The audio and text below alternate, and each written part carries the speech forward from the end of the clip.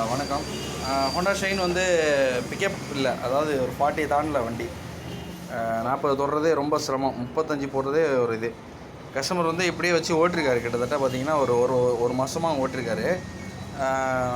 வெளியில் கேட்கும்பொழுது carburettor block அப்படின்னு சொல்லி கார்பரேட்டர்லாம் க்ளீன் பண்ணி போட்டிருக்காங்க. அப்பயே தான் இருந்துருக்குது. என்ன ப்ராப்ளம் அப்படின்னு பார்த்தீங்கன்னா ஏர் ஃபில்ட்ரு. நீங்கள் இது ஏர் ஃபில்ட்ரு பார்க்கும்போது பார்த்தீங்கன்னா நல்லா இருக்க மாதிரி தோணும்.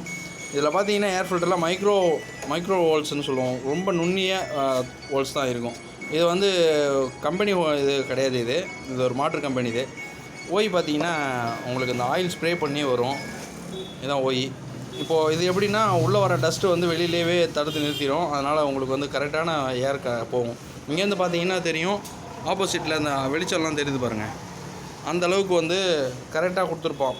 அதே வந்து பார்த்திங்கன்னா இந்த மாதிரி போடுறது நம்ம பார்த்திங்கன்னா ஒரு இதுவும் தெரியாது, சுத்தமாக பிளாக்கில் இருக்கும்.